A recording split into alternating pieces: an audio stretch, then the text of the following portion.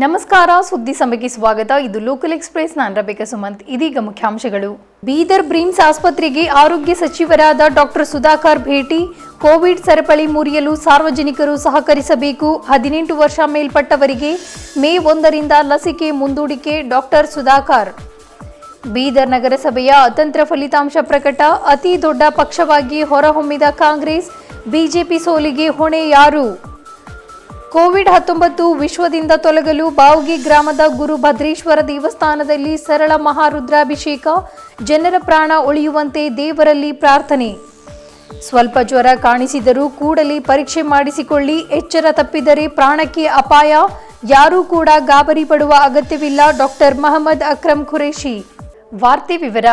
ಬೀದರ್ ಜಿಲ್ಲೆಯಲ್ಲಿ ಇತ್ತೀಚೆಗೆ ಕೋವಿಡ್ ಪ್ರಕರಣಗಳು ಹೆಚ್ಚಾಗುತ್ತಿರುವ ನಿಮಿತ್ತ ಈ ಕುರಿತು ಪರಿಶೀಲಿಸಲು ಮಾನ್ಯ ಆರೋಗ್ಯ ಸಚಿವರಾದ ಡಾಕ್ಟರ್ ಸುಧಾಕರ್ ಅವರು ಬೀದರ್ ವೈದ್ಯಕೀಯ ವಿಜ್ಞಾನಗಳ ಸಂಸ್ಥೆ ಬ್ರಿಮ್ಸ್ ಆಸ್ಪತ್ರೆಗೆ ಭೇಟಿ ನೀಡಿ ರೋಗಿಗಳ ಪರಿಸ್ಥಿತಿಯನ್ನು ವಿಚಾರಿಸಿದರು. ಬೆಳಿಗ್ಗೆ ವಿಮಾನದ ಮೂಲಕ ಬೀದರ್ ನಗರಕ್ಕೆ ಆಗಮಿಸಿದ ಡಾಕ್ಟರ್ ಸುಧಾಕರ್ ಅವರು ಅಧಿಕಾರಿಗಳೊಂದಿಗೆ ಸಭೆ ನಡೆಸಿ ಸಂಪೂರ್ಣ ಮಾಹಿತಿ ಪಡೆದರು. ಬೀದರ್ ಬ್ರಿಮ್ಸ್ ಆಸ್ಪತ್ರೆಗೆ ಭೇಟಿ ನೀಡಿದ ಆರೋಗ್ಯ ಸಚಿವರಾದ ಡಾಕ್ಟರ್ ಸುಧಾಕರ್ ಅವರು ಸುದ್ದಿಗಾರರೊಂದಿಗೆ ಮಾತನಾಡಿ, ಬೀದರ್ ಜಿಲ್ಲೆಯ ಎಲ್ಲ ತಾಲೂಕು ಆಸ್ಪತ್ರೆಗಳಿಗೆ ಭೇಟಿ ನೀಡಿ ಪರಿಶೀಲನೆ ಮಾಡುತ್ತೇನೆ. ಆಸ್ಪತ್ರೆಗಳಲ್ಲಿ ಯಾವ ನ್ಯೂನತೆಗಳಿವೆ ಎಂಬುದನ್ನು ಪರಿಶೀಲಿಸಿ ಅದಕ್ಕೆ ಪರಿಹಾರ ಒದಗಿಸಲು ಪ್ರಯತ್ನಿಸುತ್ತೇನೆ ಎಂದರು. ಕೋವಿಡ್ನಿಂದ ಜನರು ಸಾವನ್ನಪ್ಪಿದರೆ ಅದನ್ನು ಮುಚ್ಚಿಡುವ ಪ್ರಮೇಯವೇ ಬರುವುದಿಲ್ಲ. ಆದರೆ ಕೆಲವರು ಅದರ ಅಪಪ್ರಚಾರ ಮಾಡುತ್ತಿದ್ದಾರೆ. ಅದು ನಿಜವಲ್ಲ. ಸಾವಿನ ನಿಜವಾದ ಮಾಹಿತಿಯನ್ನು ಮಾತ್ರ ನೀಡುತ್ತಿದ್ದೇವೆ ಎಂದು ಆರೋಗ್ಯ ಸಚಿವರು ತಿಳಿಸಿದರು. ಕೋವಿಡ್ ಸರಪಳಿ ಬ್ರೇಕ್ ಮಾಡಲು ಸುಮಾರು 14 ದಿವಸಗಳು ಬೇಕು. ಹಾಗಾಗಿ ಸರ್ಕಾರ ಕರ್ಫ್ಯೂ ವಿಧಿಸಿದೆ. ಇದಕ್ಕೆಲ್ಲ ಜನರ ಸಹಕಾರ ಬೇಕು ಎಂದರು. ನಾಳೆಯಿಂದ 18 ವರ್ಷ ಮೇಲ್ಪಟ್ಟವರಿಗೆ ಲಸಿಕೆ ಪ್ರಾರಂಭಿಸಲಾಗುವುದು. ಆದರೆ ಲಸಿಕೆ ಸರಬರಾಜು ಮಾಡುವ ಸಂಸ್ಥೆಗಳು ಈ ಬಗ್ಗೆ ನಿಖರ ಮಾಹಿತಿ ನೀಡದ ಕಾರಣ ಅದನ್ನು ಮುಂದೂಡಲಾಗಿದೆ. ಆದ್ದರಿಂದ ಯಾರೂ ಕೂಡ ಲಸಿಕೆಗಾಗಿ ಆಸ್ಪತ್ರೆಗಳಿಗೆ ಹೋಗಬಾರದು ಎಂದರು. ಇದೇ ಸಂದರ್ಭದಲ್ಲಿ ಮಾನ್ಯ ಸಚಿವರಾದ ಶ್ರೀ ಪ್ರಭು ಚೌಹಾಣ್, ಸಂಸದರಾದ ಶ್ರೀ ಭಗವಂತ್ ಖೂಬಾ, ಎಂಎಲ್ಎ ಶ್ರೀ ರಹೀಂ ಖಾನ್, ಶ್ರೀ ಬಂಡೆಪ್ಪ ಖಾಶಂಪೂರ್ ಸೇರಿದಂತೆ ಅನೇಕರು ಆರೋಗ್ಯ ಸಚಿವರಿಗೆ ಸಾಥ್ ನೀಡಿದರು. ಬ್ರಿಮ್ಸ್ ಆಸ್ಪತ್ರೆಗೆ ಹೋಗ್ತಾ ಇದ್ದೀವಿ. ನಮ್ಮ ವೈದ್ಯಕೀಯ ಕಾಲೇಜು ಮತ್ತು ಜಿಲ್ಲಾಸ್ಪತ್ರೆ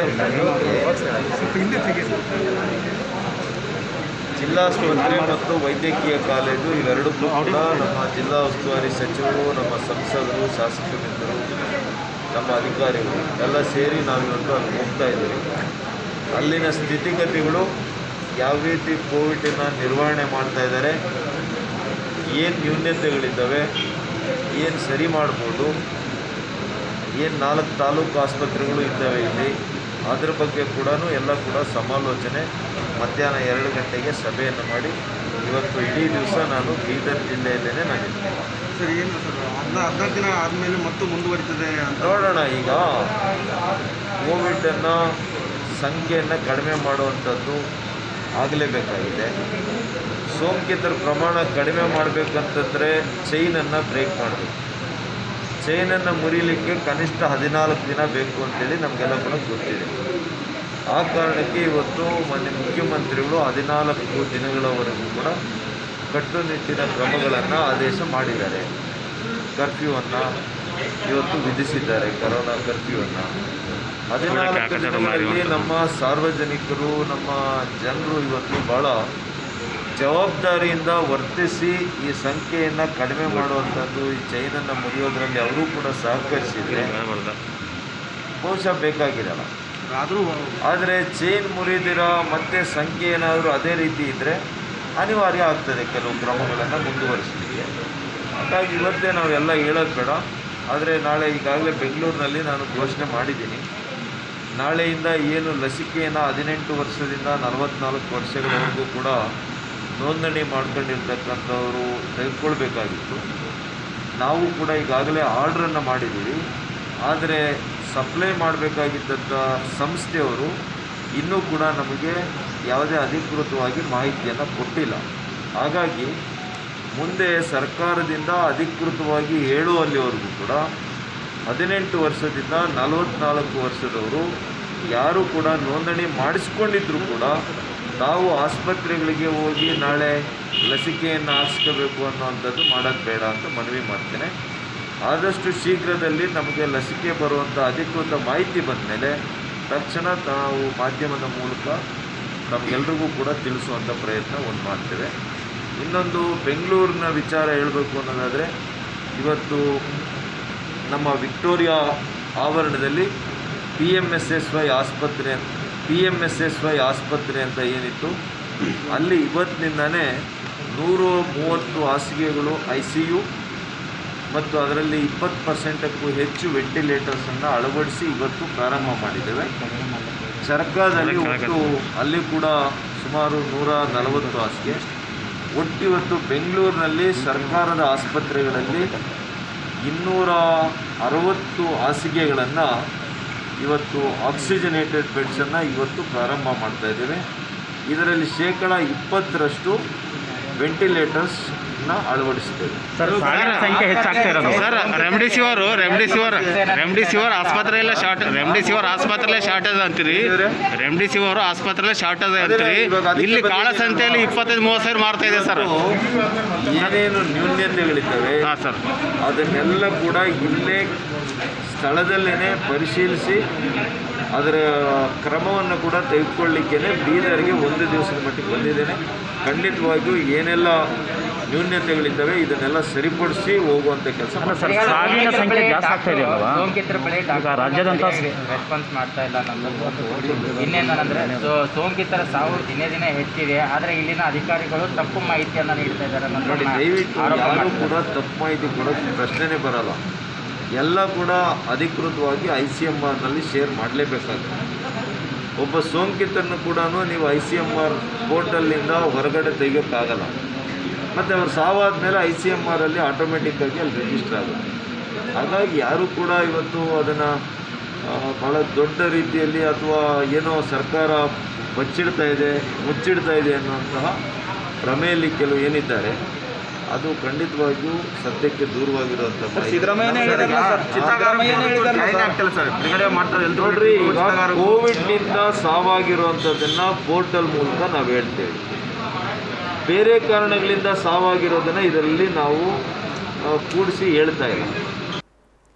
ಬೀದರ್ ನಗರಸಭೆ ಚುನಾವಣೆಯ ಮತ ಎಣಿಕೆ ಕಾರ್ಯ ಇಲ್ಲಿಯ ಗುರುನಾನಕ್ ಪಬ್ಲಿಕ್ ಶಾಲೆಯಲ್ಲಿ ಬೆಳಿಗ್ಗೆ 8 ಗಂಟೆಯಿಂದ ಪ್ರಾರಂಭಗೊಂಡಿತು. ಮತ ಎಣಿಕೆ ಆರಂಭವಾಗುವುದಕ್ಕಿಂತ ಮೊದಲು ಕೇಂದ್ರವನ್ನು ಸಂಪೂರ್ಣ ಸ್ಯಾನಿಟೈಸ್ ಮಾಡಲಾಯಿತು. ಮತ ಎಣಿಕೆ ಪ್ರತಿನಿಧಿಗಳು ಮಾಸ್ಕ್ ಧರಿಸಿ ಸಾಮಾಜಿಕ ಅಂತರ ಕಾಯ್ದುಕೊಂಡು ಎಣಿಕೆ ಮಾಡಿದರು. ಸೂಕ್ತ ಪೊಲೀಸ್ ಬಂದೋಬಸ್ತ್ ನಡುವೆ ಮಧ್ಯಾಹ್ನದ ಒಳಗೆ ಸಂಪೂರ್ಣ ಫಲಿತಾಂಶ ಹೊರಬಿದ್ದಿತು. ಬೀದರ್ ನಗರಸಭೆಯ ಒಟ್ಟು 32 ಸ್ಥಾನಗಳಿಗೆ ನಡೆದ ಚುನಾವಣೆಯಲ್ಲಿ ಕಾಂಗ್ರೆಸ್ ಪಕ್ಷವು 15 ಸೀಟುಗಳಲ್ಲಿ ಗೆಲ್ಲುವ ಮುಖಾಂತರ ಅತಿ ದೊಡ್ಡ ಪಕ್ಷವಾಗಿ ಹೊರಹೊಮ್ಮಿದೆ. ಜೆಡಿಎಸ್ ಮತ್ತು ಬಿಜೆಪಿ ಪಕ್ಷಗಳು ತಲಾ 7 ಸ್ಥಾನಗಳನ್ನು ತಮ್ಮ ಮುಡಿಗೇರಿಸಿಕೊಂಡಿವೆ. ಎಂಐಎಂ ಪಕ್ಷವು 2 ಸ್ಥಾನಗಳಲ್ಲಿ ಗೆಲುವು ಸಾಧಿಸಿದರೆ ಆಮ್ ಆದ್ಮಿ ಪಕ್ಷವು 1 ಸ್ಥಾನದಲ್ಲಿ ಗೆಲುವು ಸಾಧಿಸಿ ಬೀದರ್ ನಗರಸಭೆಗೆ ಲಗ್ಗೆ ಇಟ್ಟಿದೆ.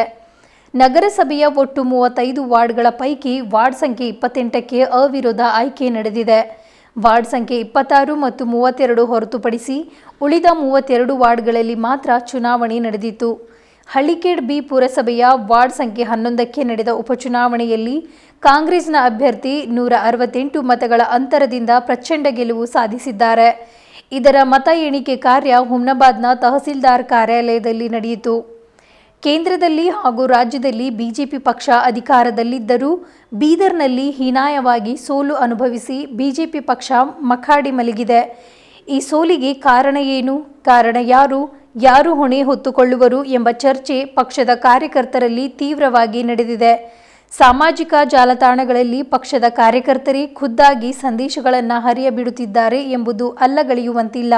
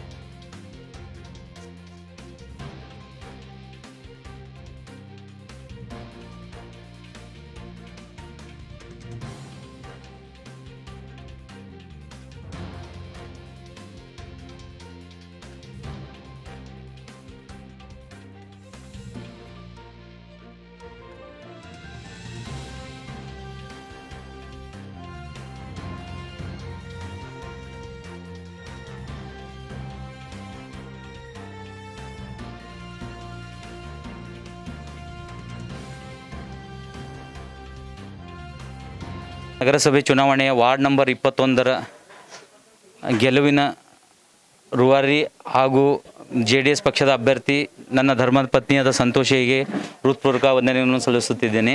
ಅದೇ ರೀತಿ ವಾರ್ಡ್ ನಂಬರ್ 21ರ ಪ್ರತಿಯೊಬ್ಬ ಮತದಾರರು ನಮ್ಮ ಮೇಲೆ ವಿಶ್ವಾಸ ಇಟ್ಟು ನಮಗೆ ಮತದಾನ ಮಾಡಿ ಪ್ರಚಂಡ ಬಹುಮತದಿಂದ ಗೆಲುವಾಗಲಿಕ್ಕೆ ಕಾರಣರಾಗಿದ್ದಾರೆ. ಅದೇ ರೀತಿ ಎಲ್ಲ ವಿದ್ಯಾನಗರ ಕಾರ್ಯಕರ್ತರು, ಒಬ್ಬರಿಬ್ಬರು ಹೆಸರು ಹೇಳೋದು ತಪ್ಪಾಗುತ್ತೆ, ಸ್ಪೆಷಲಿ ಹಿಂದೂ ಬ್ರಿಗೇಡ್ ಹುಡುಗರು, ಆಮೇಲೆ ಎಲ್ಲ ಸಮಾಜದ ಮುಖಂಡರು ನನ್ನ ಜೊತೆ ಇದ್ದಾರೆ. ಅವರು ಈ ಋಣವನ್ನು ಈ ಜನ್ಮದಲ್ಲಿ ತೀರಿಸಲು ಸಾಧ್ಯವಿಲ್ಲ ತಮ್ಮ ಮೂಲಕ ಹೇಳಲು ಇಚ್ಛಿಸುತ್ತೇನೆ. ಅವರು ನಮ್ಮ ಮತದಾನ ಮಾಡಿದ್ದ ಮೂಲ ಉದ್ದೇಶ ಏನಂದರೆ ಅಭಿವೃದ್ಧಿಗೋಸ್ಕರ ಮಾಡಲಿದ್ದಾರೆ. ಈ ಹಿಂದೆ ನಾವು ಬಸವನಗರದಲ್ಲಿ ಕೈಗೊಂಡ ಕಾರ್ಯಗಳನ್ನು ಪ್ರೇರೇಪಣೆಯಾಗಿ ಇನ್ನು ಮುಂದೆ ವಿದ್ಯಾನಗರದಲ್ಲಿ ಅದೇ ಮಾದರಿಯಾಗಿ ನನ್ನ ಕೈಲಾದಷ್ಟು ಕೆಲಸ ಮಾಡುತ್ತೇನೆ. ಯಾವುದೇ ಸಮಸ್ಯೆ ಇದ್ದರೂ ಈಗ ನಮ್ಮ ಬಸವನಗರ ಜನರು ಅಂತಾರೆ, ನೀವು ವಿದ್ಯಾನಗರ ಹೋಗಿರಿ, ನಾವು ಹೆಂಗೆ ಮಾಡ್ಬೇಕನ್ನೋ ಭಾವನೆ ಬರ್ತಾ ಇದೆ. ದಯವಿಟ್ಟು ಅದು ಏನೂ ಇಲ್ಲ, ಎಲ್ಲಿದ್ದರೂ ನಾನು ನಿಮ್ಮ ಮನೆ ಮಗ ಇರ್ತೀನಿ. ನನ್ನ ಮೇಲೆ ವಿಶ್ವಾಸ ಇಡಿ. ನಿಮ್ದು ಏನೇ ಸಮಸ್ಯೆ ಇದ್ದರೂ ನಂದು ವೈಯಕ್ತಿಕ ಸಮಸ್ಯೆ ಅಂತ ತಿಳಿದು ನಾನು ಕೈಲಿಂದ ಅದು ಪರಿಹಾರ ಮಾಡ್ತೀನಿ ಅಂತ. ಮೇನ್ ವಿದ್ಯಾನಗರ ನೀರಿನ ಸಮಸ್ಯೆ ಇದೆ ರೀ, ಡ್ರೈನಿನ ಸಮಸ್ಯೆ ಇದೆ, ಸ್ವಲ್ಪ ರೋಡ್ ಸಮಸ್ಯೆ ಇದೆ ರೀ. ಡ್ರೈನ್ ಅಂದ್ರೆ ಲೋ ಲೈಂಗ್ ಏರಿಯಾ ಇರೋ ಕಡೆ ಡ್ರೈನೇಜ್ ಮೂವ್ಮೆಂಟ್ ಆಗ್ತಾಯಿಲ್ಲ. ಲೋ ಲೈಂಗ್ ಏರಿಯಾ ರೀ, ಲೋ ಲೈಂಗ್ ಏರಿಯಾ ಅಂದ್ರೆ ಸ್ವಲ್ಪ ಎಲ್ಲ ತೆಗ್ಗು ಹೊಡ್ಡು ಅಂದ್ರೆ ಪ್ರಾಪರ್ ಸ್ಲೋಪ್ ಮೇಂಟೈನ್ ಮಾಡಿಲ್ಲ. ಹೀಗಾಗಿ ಡ್ರೈನ್ ನೀರೆಲ್ಲ ಏನಾಗುತ್ತೆ, ಬಾವಿಯಲ್ಲಿ ಹಿಂಗಿ ನೀರು ಇದಾಗ್ತಾ ಇದ್ದಾರೆ. ಅದಕ್ಕೆಲ್ಲ ಒಂದು ಸ್ಲೋಪ್ ಮೇಂಟೈನ್ ಮಾಡಿ ಮೇನ್ ಡ್ರೈನಿಗೆ ಕನೆಕ್ಷನ್ ಮಾಡೋ ವ್ಯವಸ್ಥೆ. ಇದೇ ರೀತಿ ಜಿಲ್ಲಾಡಳಿತ ಮತ್ತು ನಗರಸಭೆ ಸಹಕಾರ ಬೇಕಾಗುತ್ತೆ. ಅವ್ರ ಸಹಕಾರ ಕೂಡ ಈ ಮೂಲಕ ಕೇಳಲು ಇಚ್ಛಿಸುತ್ತೇನೆ.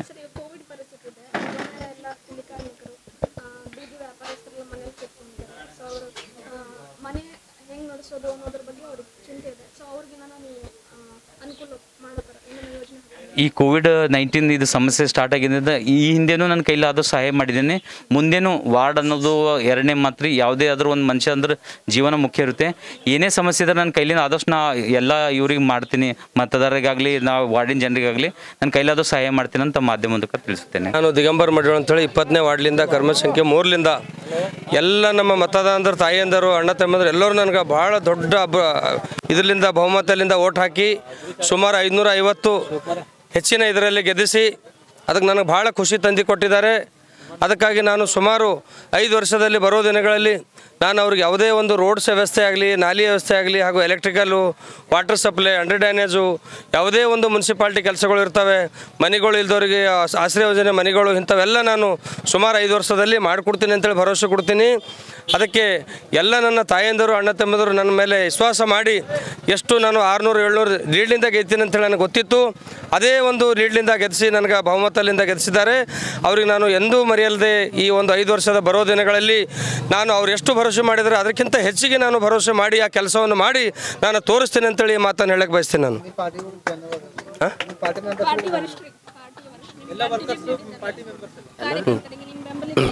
ನನ್ನ ಎಲ್ಲ ಕಾರ್ಯಕರ್ತರು ಮತ್ತು ಎಲ್ಲ ನಮ್ಮ ತಾಯಂದರು ಇಲ್ಲಿ ನನ್ನ ಸಲುವಾಗಿ ಮನೆಯಲ್ಲಿ ಹಾರಿಗಿರಿಯಲ್ಲಿ ಹಾಗೂ ಅಂಬೇಡ್ಕರ್ ಕಾಲೋನಿಯಲ್ಲಿ ಮನೆ ಓಡಾಡಿದ್ದಾರೆ. ಹಾಗೂ ನಮ್ಮ ಸಂಬಂಧಿಕರು, ಅಣ್ಣ ತಮ್ಮಂದರು ಎಲ್ಲ ನನ್ನ ಜೊತೆ ಇದ್ದರು, ಎಲ್ಲ ಏನು ಮಾಡಿದ್ದಾರೆ ಅವ್ರಿಗೆ ಕೂಡ ನಾನು, ಯಾಕಂದರೆ ಅವ್ರಿಗೆ ಎಂದೂ ಮರಿಲಿಕ್ಕಾಗಲ್ಲ. ಅವ್ರಲಿಂದ ನಾನು ಅದಕ್ಕೆಲ್ಲ ಒಂದು ರೀತಿಯಿಂದ ಏನು ಮನೆ ಓಡಾಡಿ ಕೆಲಸ ಮಾಡಿದ್ದಾರೆ. ಅವ್ರಿಗೆ ನಾನು ಭಾಳ ಅಭಿನಂದನೆಗಳು ಸಲ್ಲಿಸ್ತೇನೆ. ನನ್ನ ಹೆಸರು ಶಿವಕುಮಾರ್ ಬಾಯಿಕಟ್ಟಿ. ಈ ವಾರ್ಡ್ ನಂಬರ್ 27 11 ಮತ ಅಂತರದಿಂದ ಗೆಲುವು ಸಾಧಿಸಿದ್ವಿ. ಮತ್ತು ಏನು ನಮ್ಮ ವಾರ್ಡ್ದ ಸಮಸ್ಯೆ ಇದೆ, ನೀರಿಂದು ಕೊರತೆ ಹಾಗೂ ಚರಂಡಿ ಮತ್ತು ಲೈಟ್ ದಾರಿ ದೀಪಗಳು ಅವೆಲ್ಲ ಸರಿಪಡಿಸ್ತೀವಿ ಅಂತಂತ ತಮ್ಮ ಮುಖಾಂತರ ನಮ್ಮ ಮತ ಬಾಂಧವರಿಗೆ ಹೇಳೋಕ್ಕೆ ನಾನು ಇಷ್ಟಪಡ್ತೀನಿ. ದೇಶದಾದ್ಯಂತ ಆತಂಕ ಮೂಡಿಸಿರುವ ಕೊರೋನಾ ಎಂಬ ಮಹಾಮಾರಿ ವೈರಸ್, ಇದರ ಹಿನ್ನೆಲೆಯಲ್ಲಿ ಇಂದು ಬಾವ್ಗಿ ಗ್ರಾಮದ ಪವಾಡ ಪುರುಷ ಗುರು ಭದ್ರೇಶ್ವರ ಜಾತ್ರೆಯು ದೇವರಿಗೆ ಮಹಾರುದ್ರಾಭಿಷೇಕ ಮಾಡುವ ಮೂಲಕ ಸರಳವಾಗಿ ಆಚರಿಸಲಾಯಿತು. ಈ ಸಂದರ್ಭದಲ್ಲಿ ಗುರು ಭದ್ರೇಶ್ವರ ಸಂಸ್ಥಾನದ ಭದ್ರಯ್ಯ ಸ್ವಾಮಿಯವರು ಮಾತನಾಡಿ, ವಿಶ್ವ ಕಳೆದ ವರ್ಷದಿಂದ ಈ ಕೊರೋನಾ ಎಂಬ ಮಹಾಮಾರಿ ರೋಗದಿಂದ ತತ್ತರಿಸಿ ಹೋಗಿದೆ. ಈಗಾಗಲೇ ಸರ್ಕಾರ ಲಾಕ್ಡೌನ್ ಅಂತ ಘೋಷಿಸಿದೆ ಮತ್ತು ಇದು 2ನೇ ಅಲೆಯಲ್ಲಿ ಎಷ್ಟೋ ಜನ ಚಿಕಿತ್ಸೆ ಸಿಗದೆ ಪ್ರಾಣ ಕಳೆದುಕೊಳ್ಳುತ್ತಿದ್ದಾರೆ. ಆದ್ದರಿಂದ ಜನರು ಅನಗತ್ಯವಾಗಿ ಹೊರಗಡೆ ಓಡಾಡುವುದನ್ನು ನಿಲ್ಲಿಸಬೇಕು, ಕಡ್ಡಾಯವಾಗಿ ಮಾಸ್ಕ್ ಅನ್ನು ಧರಿಸಬೇಕು ಎಂದು ಹೇಳಿದರು. ಈ ಸಂದರ್ಭದಲ್ಲಿ ಗುಂಡಯ್ಯ ಸ್ವಾಮಿ, ಮೃತ್ಯುಂಜಯ ಸ್ವಾಮಿ, ಆಕಾಶ್ ಸ್ವಾಮಿ, ಯುವ ಮುಖಂಡರಾದ ಲೋಕೇಶ್ ಕನ್ಶೆಟ್ಟಿ, ಶ್ರೀರಾಮ ಸೇನೆಯ ಗ್ರಾಮ ಘಟಕದ ಅಧ್ಯಕ್ಷರಾದ ಅನುರಾಜ ಚಿದ್ರಿ ಅವರು ಉಪಸ್ಥಿತರಿದ್ದರು.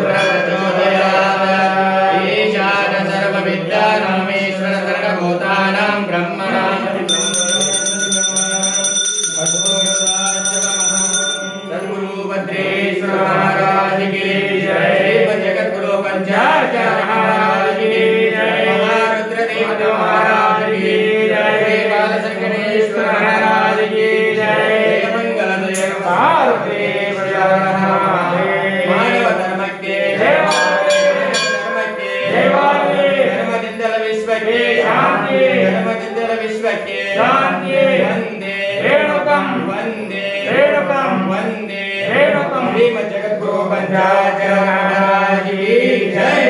हर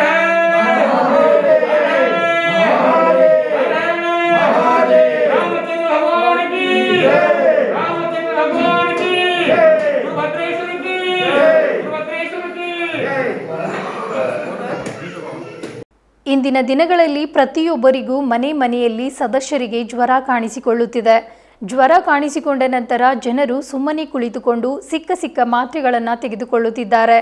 ನಂತರ ಟೈಫಾಯ್ಡ್ ಮತ್ತು ಕೆಮ್ಮು ದಮ್ಮು ಕಾಣಿಸಿಕೊಂಡ ನಂತರ ಪರೀಕ್ಷೆ ಮಾಡಿಸಿಕೊಳ್ಳಲು ಆಸ್ಪತ್ರೆಗೆ ಹೋಗುತ್ತಿದ್ದಾರೆ. ಇದು ತಪ್ಪು ಎಂದು ಡಾಕ್ಟರ್ ಮೊಹಮ್ಮದ್ ಅಕ್ರಮ್ ಖುರೇಶಿ ಅವರು ತಿಳಿಸಿದರು. ಜನರ ಮೇಲಿನ ವಿಶೇಷ ಕಾಳಜಿಯಿಂದ ಇವರು ಇಂದು ಮಾಹಿತಿಯನ್ನು ಸುದ್ದಿ ಸಮಯಕ್ಕೆ ತಿಳಿಸಿದರು. ವ್ಯಕ್ತಿಗೆ ಜ್ವರ ಬಂದ ತಕ್ಷಣ ಮೊದಲು ಗಾಬರಿಯಾಗಬಾರದು. ಕೂಡಲೇ ಆಸ್ಪತ್ರೆಗೆ ಹೋಗಿ ಪರೀಕ್ಷೆ ಮಾಡಿಸಿಕೊಂಡು ಹೋಮ್ ಐಸೋಲೇಷನ್ ಆಗಬೇಕು. ಕೆಲವರಿಗೆ ಮನೆಯಲ್ಲಿ ರೆಸ್ಟ್ ಮಾಡುವುದರಿಂದ ತಾನಾಗಿಯೇ ಕೋವಿಡ್ ಕಡಿಮೆಯಾಗುತ್ತಿದೆ. ಕೆಲವರಿಗೆ ಆಸ್ಪತ್ರೆಯಲ್ಲಿ ಚಿಕಿತ್ಸೆ ಪಡೆಯುತ್ತಲೇ ಗಾಬರಿಯಿಂದ ಜನರು ಸಾವನ್ನಪ್ಪುತ್ತಿದ್ದಾರೆ. ಆದ್ದರಿಂದ ಯಾರೂ ಕೂಡ ಜ್ವರ ಕಾಣಿಸಿಕೊಂಡಾಗ ನೆಗ್ಲೆಕ್ಟ್ ಮಾಡದೆ ತಕ್ಷಣವೇ ಆಸ್ಪತ್ರೆಗೆ ತೆರಳಿ ಚಿಕಿತ್ಸೆ ಪಡೆಯಬೇಕು ಎಂದು ಡಾಕ್ಟರ್ ಖುರೇಶಿ ಅವರು ತಿಳಿಸಿದರು. ಕೋವಿಡ್ ವೈರಸ್ ಬಹಳ ವೇಗವಾಗಿ ಹರಡುತ್ತಿದೆ. ಹೀಗಾಗಿ ವಿಶೇಷವಾಗಿ ಯುವಕರು ಸುಮ್ಮನೆ ಓಡಾಡುತ್ತಿರುವ ಕಾರಣ ಯುವಕರಲ್ಲಿಯೂ ಬಹಳಷ್ಟು ವೈರಸ್ ಕಾಣುತ್ತಿದೆ. ಸ್ವಲ್ಪ ಕೆಮ್ಮು ನೆಗಡಿ ಬಂದ ತಕ್ಷಣ ಶ್ವಾಸಕೋಶದ ತೊಂದರೆಯಾಗಿ ಉಸಿರಾಟದ ತೊಂದರೆಯಾಗುತ್ತಿದೆ. ಬಹಳಷ್ಟು ಜನರು ಶ್ವಾಸಕೋಶದ ತೊಂದರೆಯಿಂದಾಗಿ ಸಾವನ್ನಪ್ಪುತ್ತಿದ್ದಾರೆ. ಚಿಕಿತ್ಸೆಯನ್ನು ಸರಿಯಾಗಿ ಮಾಡಿಸಿಕೊಳ್ಳಬೇಕು. ಜ್ವರ ಬಂದು 16 ದಿನಗಳಾದರೂ ಯಾವುದೇ ಪರೀಕ್ಷೆ ಮಾಡಿಸಿಕೊಳ್ಳದೆ ಮನೆಯಲ್ಲೇ ಇರುವುದರಿಂದಲೂ ಬಹಳಷ್ಟು ಸಾವು ಸಂಭವಿಸುತ್ತಿದೆ. ಜನರು ಸಾಧ್ಯವಾದಷ್ಟು ಮಟ್ಟಿಗೆ ಮನೆಯಲ್ಲೇ ಇರಬೇಕು. ವಿನಾಕಾರಣ ರಸ್ತೆ ಮೇಲೆ ಓಡಾಡಿ ರೋಗ ತಂದುಕೊಳ್ಳಬಾರದು.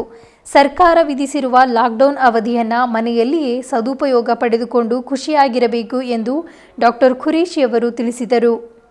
ಧೈರ್ಯದಿಂದ ಎಲ್ಲವನ್ನೂ ಸಾಧಿಸಲು ಸಾಧ್ಯ. ಹಾಗಾಗಿ ಎಂತಹ ಸನ್ನಿವೇಶದಲ್ಲಿಯೂ ಧೈರ್ಯವನ್ನು ಕಳೆದುಕೊಳ್ಳಬಾರದು. ನಿಮಗೆ ಕಡಿಮೆ ಪ್ರಮಾಣದ ರೋಗವಿದ್ದರೆ ವೈದ್ಯರ ಸಲಹೆ ಪಡೆದು ಮನೆಯಲ್ಲಿಯೇ ಬೆಡ್ ರೆಸ್ಟ್ ಪಡೆಯಿರಿ. ಯಾವುದೇ ಕಾರಣಕ್ಕೂ ಹೊರಗಡೆ ಬರಬಾರದು. ಇದುವೇ ಕೋವಿಡ್ಗೆ ನಿಜವಾದ ಔಷಧಿಯಾಗಿದೆ ಎಂದು ಮಾತನಾಡಿ ತಿಳಿಸಿಕೊಟ್ಟರು. Hello, good afternoon everyone. Assalamu alaikum and namaste to all my bidder citizens. मेरा नाम डॉक्टर मोहम्मद अकरम कुरैशी, पल्मोनोलॉजिस्ट. अभी प्रैक्टिस चल रही है ओल्ड सिटी. वीडियो बनाने का मकसद यही है, आज का प्रेजेंट सिनेरियो जैसे कि कोविड चल रहा है, लोगों में डर भी बहुत है और लापरवाही बहुत है, देखी जा रही है. एंड बहुत दिन से वीडियो अपलोड करने का इरादा था इस प्रेजेंट सिचुएशन को देखकर, लेकिन जैसे कि आज जो देखने आ रहा है कि बहुत सारे डेथ, बहुत सारी लापरवाही, बहुत सारा इश्यूज़ हो रहे हैं, लोगों में डर बहुत ज़्यादा है. इस वजह से मैं कुछ चीज़ें आपके सामने रखना चाह रहा हूँ कोविड रिलेटेड. देखिए, बहरहाल कोविड तो बहुत तेज़ी से चल रहा है, हर घर में कोविड केसेस है, एवरीवेयर कोविड ही चल रहा है. लेकिन इसके लिए अब डरना तो इसका आंसर है नहीं एंड मैक्सिमम प्रिकॉशंस ही ले सकते हैं. और अवेयरनेस के लिए यही बोलूँगा कि बहुत सारे पेशेंट हर घर में जिसको बुखार है, नथिंग बट वो कोविड ही है आज के टाइम पे. और जो पेशेंट जो कर रहे हैं, मुझे जो मेरी प्रैक्टिस में मैं जो देख रहा हूँ वो एक्सपीरियंस आपके साथ शेयर करूँगा. बहुत सारे पेशेंट 4-5 दिन का बुखार होता है, 4-5 दिन के बुखार में लोग जा रहे हैं, टाइफाइड के इंजेक्शंस ले रहे हैं और इसके बाद ब्रेथलेसनेस से आ रहे हैं. एवरी सिंगल एक दिन का भी बुखार आ रहा है आपको तो बिना कोई वेट किए हुए सीधा जाइए, गवर्नमेंट से जाके RT-PCR करवा लीजिए. अगर से इफ़ यू आर पॉजिटिव, अपने आप को आइसोलेट करिए. वहाँ इसका ट्रीटमेंट एंड हो रहा है. Isolation is the end point of treatment. आप वही चीज़ 5 दिन तक ट्रीटमेंट ले रहे हो टाइफाइड बोलकर या कुछ और बोलकर. देखिए, हर वायरल इन्फेक्शन में टाइफाइड पॉजिटिव आना ही है. This are the markers. ये पॉजिटिव आता ही आता है. सो मिसलीड हो रहे हैं, बहुत सारे लोग मिसलीड हो रहे हैं. यहाँ गलती किसी की नहीं है, ट्रीटिंग डॉक्टर की हो रही, लेकिन करेक्ट डायग्नोज होना ज़रूरी है. सो आज इतना पैंडेमिक है, एवरीवेयर एक भी घर नहीं बचा मेरे हिसाब से, जो मैं यहाँ देख रहा हूँ एक भी घर ऐसा नहीं बचा जहाँ पर कोविड केसेस ना मिले. सो एवरीवेयर केसेस है. इवन एक सिंगल डे फीवर, सीधा जाइए. हमारे ओल्ड सिटी में 100 बेड हॉस्पिटल है, गवर्नमेंट हॉस्पिटल. वहाँ जाके पहले अपने आप टेस्ट करवा लीजिए. सपोज़ वो पॉजिटिव आ रहा है तो वहाँ से आएगी बात क्या करने की है. अभी कुछ नहीं, आप 5-6 दिन वेस्ट कर रहे हो, उसके बाद जब आ रहे हो तो डायरेक्ट दम के साथ आ रहे हो। जब आपको ऑक्सीजन की ज़रूरत पड़ रही है, सपोज़ आप पहले दिन ही जा रहे हो, पहले दूसरे दिन जाके टेस्ट करवा रहे हो, आपका पॉजिटिव आ रहा है, तो यकीन जानिए इसके लिए ऑक्सीजन की ज़रूरत नहीं पड़ेगी। आप क्योंकि डिले कर रहे हो, आप मूव ऑन हो रहे हो, आप सब आपकी एक्टिविटीज़ चल रही है, जिसकी वजह से लंग पे स्ट्रेस लेवल आ रहा है, वो ऑक्सीजन की नीड पड़ रही है। मैं अपनी प्रैक्टिस में वही कर रहा हूँ। यहाँ 90% पेशेंट मुझे जो दिखता है वो कोविड ही रहता है। तो वो उस प्रेजेंटेशन में आता है जहाँ पर 90% लंग इन्वॉल्व हो चुका है, जहाँ पर पेशेंट ब्रेथलेसनेस से ही प्रेजेंट करेगा। अब इसको कैसे करें? अब हर किसी को तो ऑक्सीजन की ज़रूरत नहीं पड़ती है, हर किसी को रेमडेसिविर जैसे इंजेक्शन, जैसा कि लोगों में ये बहुत ज़्यादा वायरल हो चुका है कि ऑक्सीजन नहीं है, रेमडेसिविर नहीं है। यकीनन गवर्नमेंट में हर चीज़ है, आप बस डरिए मत, और वो लेवल को आने ही मत दीजिए जहाँ पर आपको ऑक्सीजन और रेमडेसिविर की ज़रूरत लगे। ऑक्सीजन ज़रूरत कब लगती है? पेशेंट को सैचुरेशन इसका 90 तक भी पेशेंट कंटिन्यूस बेड रेस्ट पे है तो उसको ऑक्सीजन की ज़रूरत नहीं लगती है। 90% पेशेंट ट्रीटमेंट होम ट्रीटमेंट पे कर ले सकता है। बस फियर फैक्टर और सोशल मीडिया पे नेगेटिविटी, डेथ उससे डर कर जो है ना पेशेंट और ज़्यादा वो हो जा रहा है। और जो हो रहे हैं जो ऐसे भी हैं, मैं यंगस्टर्स को बोल रहा हूँ स्पेशली कि प्रिकॉशंस लीजिए। मैं बोल रहा हूँ मेरे कलीग्स का डेथ हुआ है, मेरे जो डॉक्टर मेरे साथी हैं उन लोग का डेथ हुआ है इसके चलते। तो मैक्सिमम आप देख रहे हैं कि ये बार आपको समझ भी आ रहा होगा, बहुत सारे यंगस्टर से मुखातिब हूँ मैं कि यार मैनी डेथ हो रहे हैं, हर घर से नौजवान बच्चे जा रहे हैं। क्यों? उन लोग में प्रिकॉशंस नहीं है, they are taking very lightly, कुछ नहीं होगा। When they are coming as breathlessness, 4-5 दिन में दम आ रहा है, 5वें-6वें दिन ख़त्म। तो इन चीज़ों को कैसे रोका जा सकता है? पहले तो गैदरिंग्स अवॉइड करिए। पहले दिन फीवर के दिन सिम्टम्स जैसे शुरू हो गए, डॉक्टर से कंसल्ट करिए, किसी भी डॉक्टर से करिए, कंसल्ट करिए, या फिर सीधे आप लोग इतना बिदर का इतना बड़ा गवर्नमेंट हॉस्पिटल, वहाँ जाइए, टेस्ट करवा लीजिए। पॉजिटिव आने दे, नेगेटिव आने दो। नेगेटिव भी आया तो ये नहीं है कि आप सिम्टोमेटिक नहीं है। देखिए लॉकडाउन तो चल ही रहा है, बेकार से बाहर फिरने से अच्छा है कि बेड रेस्ट पे रहिए। आप एक अफेक्ट होकर सारी फैमिली को तबाह कर रहे हो, स्पेशली यंगस्टर्स। आप एक चाहो तो सब कुछ अच्छा हो, लेकिन आज जितनी भी सिनेरियो ख़राब हो रही है, youngsters are most affected and ज़्यादा मरने की तादाद आजकल यंगस्टर्स की ही है। और वो बिकॉज ओनली एक ही थिंग है कि लापरवाही है। सेकंड, मैं इस बात पे आऊँगा कि बहुत सारे चीज़ें सोशल मीडिया पे जो है कि हम गलत नहीं है वो, लेकिन नेगेटिविटी ज़्यादा चल रही है। ये डेथ, इनकी डेथ यकीनन ये हो रहे हैं, ये इससे भी डर होना, लेकिन नेगेटिविटी बहुत ज़्यादा जा रही है। ट्राई टू अवॉइड ऐसे चीज़ों को। और सोशल मीडिया से मैं सभी यही कहूँगा, जो भी अच्छे लोग हैं उनसे यही बोलूँगा कि पॉजिटिविटी को स्प्रेड करिए। फ़िलहाल तो मैं डेली एक अराउंड बहुत सारे केसेस देख रहा हूँ, जिसको मैं अपने से जितना हो सकता है मेरे से मैं ट्राई कर घर पे ट्रीट कर रहा हूँ, घर पे दे रहा हूँ। बस हो रहे हैं बहुत सारे patient. I have seen many good result. Even saturation of 90 they are coming up with very good results after 5 days। Test करवा ले सब। देखिए सब बात की यही बोलना चाहूँगा कि पेशेंट जितना अच्छा इम्प्रूव हो रहे हैं वो बेड रेस्ट से भी हो रहे हैं, विदाउट एनी इंजेक्शन। ऐसा स्प्रेड मैं फियर फैक्टर जैसा कि ऑक्सीजन को लेकर है, जैसे कि रेमडेसिविर को लेकर है, तो इतना पैनिक होने की ज़रूरत नहीं है। आप अगर से स्ट्रिक्ट बेड रेस्ट रहते हैं तो 99% मेरा है कि मैं जो देख रहा हूँ कि patients are improving, very good improvement. अब शर्त है कि क्या बेड रेस्ट में अपने पेशेंट्स को यही कहता हूँ कि यू शुड नॉट मूव, आप हिलना नहीं चाहिए बेड से, नॉट इवन फॉर वॉशरूम। आप देखिए जितने मैं ट्रीट भी कर रहा हूँ, अगर से वो मुझे सुन रहे हैं तो मैं आपको क्लियर ये बता दूँ कि मैंने बोला था कि चलना नहीं चाहिए। और कई पेशेंट्स ऐसे आते हैं मेरे पास कि सर ज़्यादा दम आ रहा है, सर क्या करें। मैं इनसे पहला मेरा क्वेश्चन यही होता है कि कितनी बार बाथरूम गए आप, तो सर सुबह से 2-3 बार गए। तो ये है सबसे बड़ी गलती, घर के लिए हो या हॉस्पिटल से रिलेटेड हो। आप ये बीमारी जितना दवाइयों पे डिपेंड है उससे ज़्यादा डिपेंड इन अपने रेस्ट पे है। अगर से पेशेंट कंप्लीट रेस्ट कर रहा है, नॉट इवन मूवमेंट, तो डेफिनेटली इम्प्रूवमेंट है। ये मैं देख रहा हूँ अपने पास से। लास्ट ईयर कोविड में भी मैंने देखा है, अलहम्दुलिल्लाह बहुत सारे मौका मिला था पेशेंट को ट्रीट करने का, इस बार भी देख रहा हूँ। तो यही कहना चाहूँगा कि बेड रेस्ट, घर पे जो भी पेशेंट्स ट्रीटमेंट ले रहे हैं, क्योंकि अब ऑक्सीजन नहीं मिलने से बहुत सारे लोग घर पे फोकस कर रहे हैं, घर के लिए रुके हुए हैं। मैं इन लोगों के लिए इतना ही मैसेज दूंगा जो घर पे है, जो भी ट्रीटमेंट ले रहे हैं, किसी भी डॉक्टर से ले रहे हो, तो बस इतना ख्याल रखिए कि 5 दिन आप अपने 5 से 7 दिन, जो कि 7 से 12 दिन का होता है, जिसको फीवर 5 दिन का हो चुका है, 7 से 12 दिन डेंजर फेज़ है ये, यहाँ पर लंग इन्वॉल्वमेंट होता है डे 7 to डे 13। ये किसको भी सिम्टम्स होने दो, अगर से ये बेड रेस्ट करता है तो अपनी, भले ही वो अच्छा ना हो लेकिन ख़राब नहीं होगा बेड रेस्ट से, वो अच्छा होने के इम्कान कम, लेकिन ख़राब 100% नहीं होगा।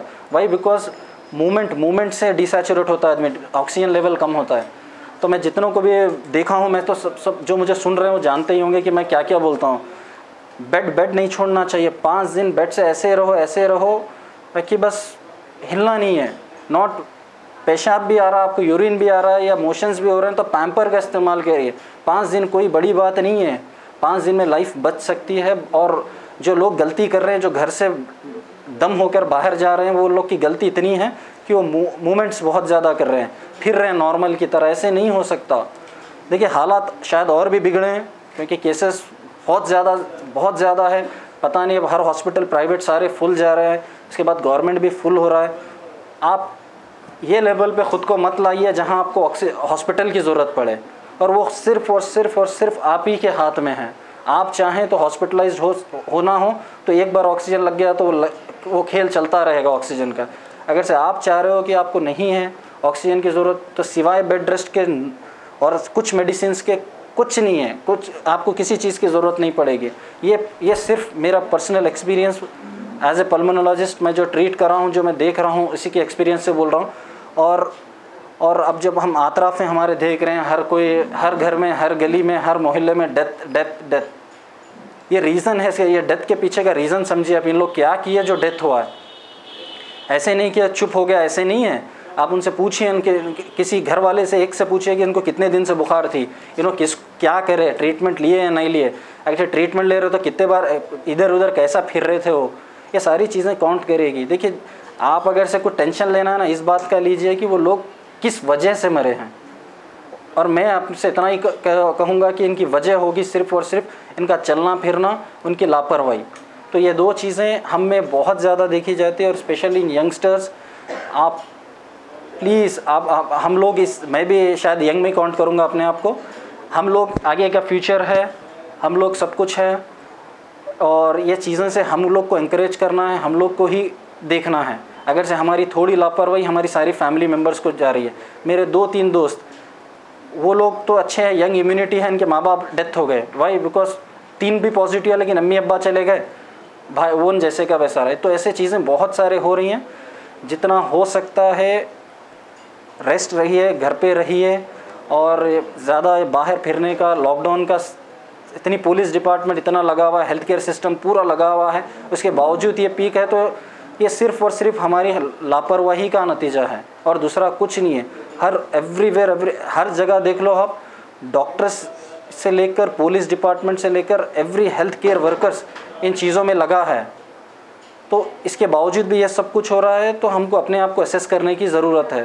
प्लीज़ आज मैं खुद आज ये वर्ड्स देने के लिए मैं आज तक बहुत सारे बार अवॉइड कर रहा हूँ मीडिया ग्लेयर से आने के, ये चीज़ों से दूर रहने के लिए, लेकिन आज की हालात, आज के जो डेथ रेट चल रहे हैं, आज के जो माहौल मेरी गली में है, इस वजह से ये सब कुछ हो रहा है। ಕೊನೆಯಲ್ಲಿ ಮತ್ತೊಮ್ಮೆ ಮುಖ್ಯಾಂಶಗಳು. ಬೀದರ್ ಬ್ರಿಮ್ಸ್ ಆಸ್ಪತ್ರೆಗೆ ಆರೋಗ್ಯ ಸಚಿವರಾದ ಡಾಕ್ಟರ್ ಸುಧಾಕರ್ ಭೇಟಿ. ಕೋವಿಡ್ ಸರಪಳಿ ಮುರಿಯಲು ಸಾರ್ವಜನಿಕರು ಸಹಕರಿಸಬೇಕು. 18 ವರ್ಷ ಮೇಲ್ಪಟ್ಟವರಿಗೆ ಮೇ 1ರಿಂದ ಲಸಿಕೆ ಮುಂದೂಡಿಕೆ. ಡಾಕ್ಟರ್ ಸುಧಾಕರ್. ಬೀದರ್ ನಗರಸಭೆಯ ಅತಂತ್ರ ಫಲಿತಾಂಶ ಪ್ರಕಟ. ಅತಿ ದೊಡ್ಡ ಪಕ್ಷವಾಗಿ ಹೊರಹೊಮ್ಮಿದ ಕಾಂಗ್ರೆಸ್. ಬಿಜೆಪಿ ಸೋಲಿಗೆ ಹೊಣೆ ಯಾರು? ಕೋವಿಡ್-19 ವಿಶ್ವದಿಂದ ತೊಲಗಲು ಬಾವುಗಿ ಗ್ರಾಮದ ಗುರು ಭದ್ರೇಶ್ವರ ದೇವಸ್ಥಾನದಲ್ಲಿ ಸರಳ ಮಹಾರುದ್ರಾಭಿಷೇಕ. ಜನರ ಪ್ರಾಣ ಉಳಿಯುವಂತೆ ದೇವರಲ್ಲಿ ಪ್ರಾರ್ಥನೆ. ಸ್ವಲ್ಪ ಜ್ವರ ಕಾಣಿಸಿದರೂ ಕೂಡಲೇ ಪರೀಕ್ಷೆ ಮಾಡಿಸಿಕೊಳ್ಳಿ. ಎಚ್ಚರ ತಪ್ಪಿದರೆ ಪ್ರಾಣಕ್ಕೆ ಅಪಾಯ. ಯಾರೂ ಕೂಡ ಗಾಬರಿ ಪಡುವ ಅಗತ್ಯವಿಲ್ಲ. ಡಾಕ್ಟರ್ ಮೊಹಮ್ಮದ್ ಅಕ್ರಮ್ ಖುರೇಶಿ. ಇದುವರೆಗೂ ಸುದ್ದಿ ಕೊಟ್ಟಿರುವ ನಾನು ರಬೇಕಾ ಸುಮಂತ್. ಮತ್ತೆ ಮುಂದಿನ ಸುದ್ದಿಯೊಂದಿಗೆ ಭೇಟಿಯಾಗೋಣ. ವಂದನೆಗಳು.